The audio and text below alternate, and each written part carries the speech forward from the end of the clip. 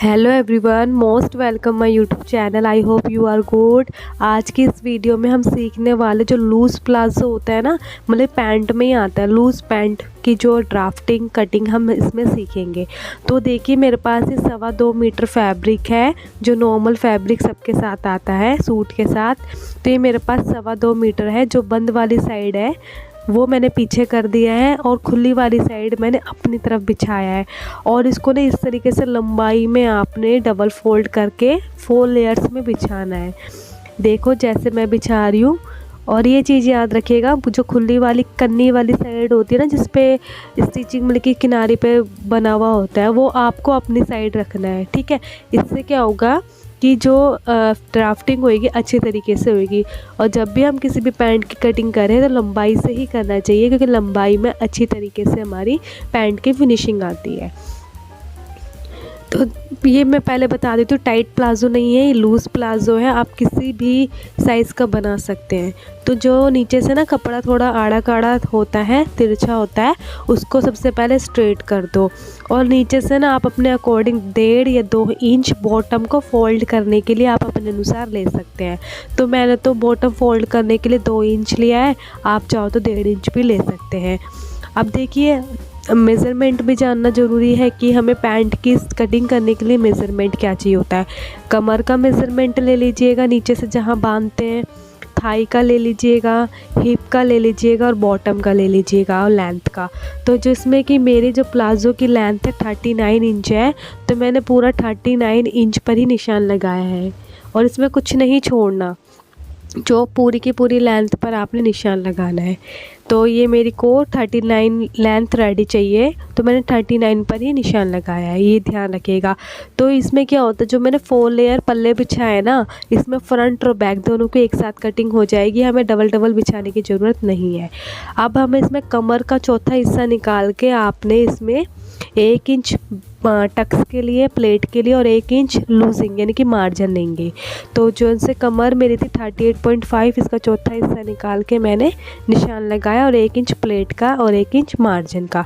अब crotch area का निशान लगाएंगे, उससे पहले आपने ऊपर की साइड ना 1 इंच आपने यहाँ पर क्या है डाउन करना है फ्रंट में।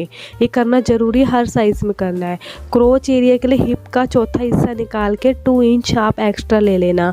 अगर ज़्यादा 40 इंच से ऊपर 40 जो हिप होते हैं उससे ऊपर बना रही हैं तो 2.5 इंच नीचे ज़्यादा ले लेना। ठीक है, अगर 32 या 34 हिप के बना रही हैं तो आप 1.5 इंच भी ले सकते हैं। ठीक है, ज़्यादा इसमें ज़रूरी नहीं, पर 2 इंच तो आप लोगे अगर आप 34 से ऊपर का बना रही, 34 से 40 तक का। और 40 से ऊपर तक के मार्जिन में आपने 2.5 इंच लेना है। अब देखिए, आगे से भी मैंने 2 इंच की गोलाई रखी है, इस तरीके से आपने 2 इंच आगे से बढ़ा के गोलाई देनी है। और ये कन्नी वाली साइड है ना, यहाँ पर आपने इसको लेना नहीं है, पैंट के स्टिचिंग में बहुत डिस्टर्ब करेगा और पैंट में क्या झोल ला देगा स्टिचिंग करते वक्त। तो आपने क्या करना है, इसको हटा देना है। ठीक है, वहाँ से छोड़ते हुए आपने इसका सेंटर पॉइंट निकाल लेना है। तो जितना भी इसका सेंटर बन रहा है आप निशान लगा लीजिए। ठीक है, अब यहाँ पे मेरे में जो सेंटर बन रहा है 5 इंच, तो मेरा 5 इंच मैंने नीचे से भी निशान लगा लिया। अब इन निशानों को मैं यहाँ पे सीधा कर रही हूँ। अब आपने क्या करना है, जितना भी आपका बॉटम होता है उसका गोलाई निकालना है। तो जैसे 13 इंच की गोलाई है, 13 का आधा 6, तो 1 इंच से 3 इंच लेना है और दूसरी साइड से 3 इंच लेना है। तो 3 और 3 कितना बैठ जाएगा आपका, 6 इंच बैठ जाएगा। ठीक है, तो आपने बॉट सेंटर से ही निकाल के लेना है। जैसे मैंने 3 इंच इधर से लिया तो 3 इंच मैं इधर से भी लूँगी। ठीक है, इस तरीके से, तो 6 इंच मेरा बैठ जाएगा। अब आपने सेफ पट्टी लेनी है। सेफ पट्टी नहीं है तो इंची टेप से भी आप निशान लगा सकती हैं। तो थोड़ा सा शेप कर्व देते हुए आपने इस तरीके से निशान लगाना है। ठीक है, और आपने हर साइज़ में यही मेज़रमेंट चलेगा। अगर आपको लूज़ पैंट चाहिए, टाइट वाली पैंट नहीं है, मैं पहले ही बता रही हूँ, लूज़ आएगी। और ये थोड़ा सा आपने बॉटम की साइड भी शेप दे देना। ठीक है, अपने एडजस्ट करके आप शेप दे दो कि आपको शेप कितना, मतलब कैसे आपका स्केल है उस अकॉर्डिंग रखते हुए आपने शेप दे देना है। और एक चीज़ मैं आपको पैंट में बता दूँ, 2 तरीके से जो हमारी पैंट होती है, एक होती है नैरो पैंट, एक होती है नॉर्मल पैंट। तो ये वाली जो है नॉर्मल पैंट है, लूज़ है। आगे से अब ऊपर से मैंने 2 इंच लिया, नीचे से भी मैं 2 इंच लूँगी। इस तरीके से 2-2 इंच लूँगी और आप चाहो तो नीचे से 1.5 इंच भी ले सकते हैं। तो मैंने 2 इंच लिया है, पर 2 इंच में ना सच बताऊँ तो बहुत ज़्यादा लूज़ पैंट बन गई थी नीचे से, तो आप चाहो तो 1.5 इंच ले लेना। 1.5 इंच लोगे तो सही बैठ जाएगा आपका, क्योंकि जब भी हम पैंट या कुछ चीज़ों की हम कटिंग करते हैं एक्सपीरियंस से ही करता है। जब तक कस्टमर पहनेगा उसका हम व्यू देखेंगे तो हमें समझ आता है। ऐसा नहीं है कि भैया इस वीडियो ने ये समझाया, इस वीडियो ने ये समझाया तो आपको आगे। जब भी हम स्टिचिंग सीखते हैं एक्सपीरियंस के थ्रू सीखते हैं। जब वो फैब्रिक कपड़ा पहन के रेडी होता है और जब वो पहनता है तो हमें अंदाज़ा हो जाता है। ठीक है, अब देखिए यहाँ पे ना क्रोच एरिया में क्या होता है, बैक वाले लोग बैक में इधर से निशान लगा देते हैं, ये गलत है। आपने सीधा जहाँ पे गोलाई का एंड हो रहा है वहीं से स्ट्रेट करना है, ये गलत है। और सीधा वाला ऐसे स्ट्रेट करना है। ठीक है, अब आपने इधर से ही आपने राउंड शेप देनी है। आपके पास कर्व है तो कर्व से दे दो, नहीं तो हाथ से दो, नहीं तो प्लेट से दो। ठीक है, अब ये देखिए बैक के लिए ये हमारी बैक और फ्रंट एक साथ हम ड्राफ्टिंग कर रहे हैं। अब उसके बाद क्या करना है, अब अंदाज़ा लगाओ कि जो हम ये पैंट जो पीछे से उठती है या बैठने में अनकंफर्टेबल लगती है, तो आपने बैक वाली साइड से 2 इंच आपने बढ़ाना है और ऐसे आपने मिला देना कोने वाली साइड से, इस तरीके से। जैसे क्रोच एरिया आ रहा है वहीं से 2 इंच आपने बढ़ाते हुए ऐसे मिला देना है। आप कटिंग करेंगे तो ध्यान रखना जो हमारी बैक वाला पोर्शन है ना उसी से कटिंग करना, फ्रंट की नहीं करेंगे। क्योंकि देखो 2 पल्ले मैंने ऑलरेडी रख रखे, तो 2 पल्लों को उठाओगे आप पहले, ठीक है, और इसकी कटिंग करोगे। क्योंकि बैक और फ्रंट का ये वाला जो हिस्सा होता है सेम कटिंग होता है, जहाँ पे क्रोच एरिया नहीं होता, तो इसको आप इकट्ठा भी काट सकती है, कोई घबराने वाली बात नहीं है। लेकिन मैं आपको वीडियो में दिखा रही हूँ कि देखो पहले मैंने वहाँ से एक पल्ला काटा। ठीक है, अब मैं क्या करूँगी, यहाँ से आपने बैक वाले की कटिंग करनी है। ठीक है, तो बैक वाले की क्यों कर रहे हैं, क्योंकि हमारा बैक पोर्शन निकल जाएगा। ठीक है, तो आपने जहाँ से बैक की ड्राफ्टिंग लगाई है ना निशान, वहीं से आपने कटिंग कर देना। ठीक है, आप देखिए मैं आपको वीडियो में दिखा रही थी कि आप चाहो तो इकट्ठा भी काट सकते हो, लेकिन मैं यहाँ पर दिखा रही हूँ कि मैं एक एक करके काटा है, क्योंकि फ्रंट और बैक का ये वाला हिस्सा सेम ही कटता है।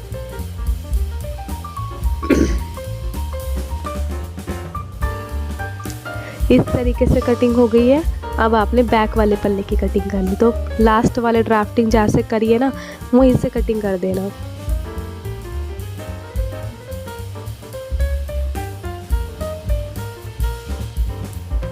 अब इसके राउंड शेप देने हैं, राउंड शेप इस तरीके से देंगे और इसके बाद आपने इसको मिलाना है, मतलब कि यहाँ से लेके यहाँ तक कटिंग कर देना है, मतलब कि बैक वाले की।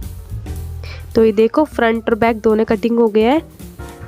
अब आपने नीचे ना बॉटम की साइड कट लगा लेना, कि जितने आपने फोल्ड करना है ना नीचे बॉटम में उतना आप ले लीजिएगा।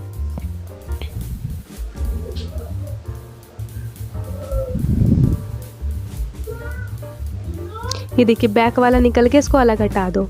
अब ये दो पल्ले हैं हमारे ऊपर की साइड, अब ये हमारी फ्रंट की ड्राफ्टिंग पे कटिंग करनी है आपने। तो इस तरीके से आप रहो तो फ्रंट पे कटिंग करते चले जाओ। और ये लूज़ प्लाजो है, मैं पहले बता रही हूँ, जब ये मैंने सिला था ना कस्टमर को दिखाया था उसको काफ़ी लूज़ आ रहा था, और फिर मैंने सोचा कि 1.5 इंच ले लेना चाहिए, क्योंकि किसी किसी को टाइट भी पसंद है। तो ये काफ़ी लूज़ हो गया था प्लाजो, तो आप नीचे से ना बॉटम से 1.5 इंच ले लीजिएगा अगर आपको टाइट पसंद है। अगर आपको लूज़ पसंद है तो 2 इंच ही लीजिएगा। और नैरो वाले प्लाजो की कटिंग अलग होती है। नैरो वाला यानी कि थाई से भी चिपका हुआ होता है, बस नीचे वाले जो लैग है उससे भी चिपका हुआ होता है, ऐसे होता है वो। तो ये तो लूज़ प्लाजो की कटिंग कर रहे हैं हम, लूज़ पैंट की, प्लाजो नहीं है, लूज़ पैंट है। अब देखिए कमर के लिए ना आपने फ्रंट पल्ले के लिए, बैक पल्ले के लिए 4-4 इंच की पट्टी निकाल लेनी कमर के हिसाब से, 2 इंच एक्स्ट्रा लेकर। तो जितना भी आपका कमर आ रहा है ना फ्रंट में नाप लीजिएगा कि आपका कितना आ रहा है, उसमें हमें एक्स्ट्रा मार्जिन भी रखना है। तो 4-4 इंच की चौड़ी आपने दोनों पल्लों की आपने कटिंग करके निकाल लेना है, मतलब कि बेल्ट निकालनी है।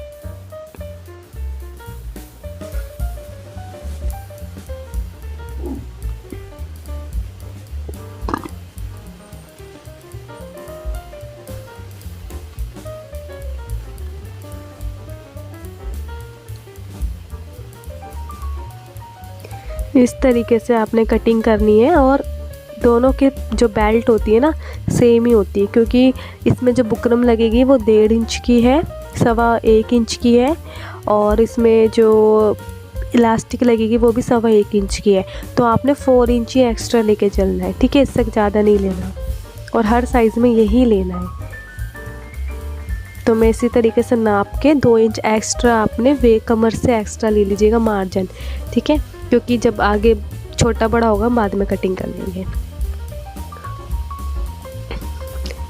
अब देखिए किसी को प्लेट चाहिए होती है प्लाजो में, तो इसमें प्लेट डालनी है, तो इसका सेंटर निकाल के कमर का लेंथ में मैं 5 इंच ले रही हूँ और हाफ इंच में आप निशान लगा के एक प्लेट का निशान बना लो।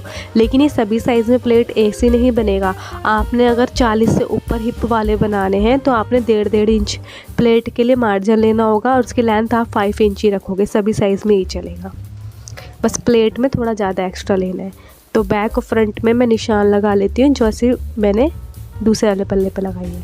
तो ये देखिए मेरे प्लेट्स का हो गया। अब मैं इसमें मियानी लगाऊंगी। देखो किसी किसी को टाइट हो जाता है ना बैठने में, तो ये कंफर्टेबल रहे तो इसलिए मैं मियानी लगा रही हूँ। मियानी की लेंथ आप अपने अकॉर्डिंग ले सकते हो, 7, 8, 9, ठीक है। तो मैं पे छोटी ही मियानी बना रही हूँ, 7 इंच की मैंने इसकी लंबाई ले ली है, 7 या 7.5 इंच। और इसकी कपड़ा जो है मेरा डबल में है, बंद वाली साइड मेरी तरफ है। अब इसे जो घुमा के आपने इसकी चौड़ाई लेनी है 3.5, आप 3.5 ले सकते हो, 3 इंच ले सकते हो या आप अपने अकॉर्डिंग ले सकते हो। बट मियानी को चौड़ाई में ज़्यादा नहीं लेना, 3 इंच से ज़्यादा नहीं होना चाहिए मियानी की चौड़ाई, हर साइज़ में आपने ये लेना है। लेकिन बड़ा साइज़ है तो आप 4 इंच मियानी कर सकते हैं, उससे ज़्यादा नहीं करना आपने। ऐसे आपने कोन की शेप देखकर आपने कटिंग कर देनी है। और ध्यान रखना बंद वाली साइड आपने अपनी तरफ रखना है।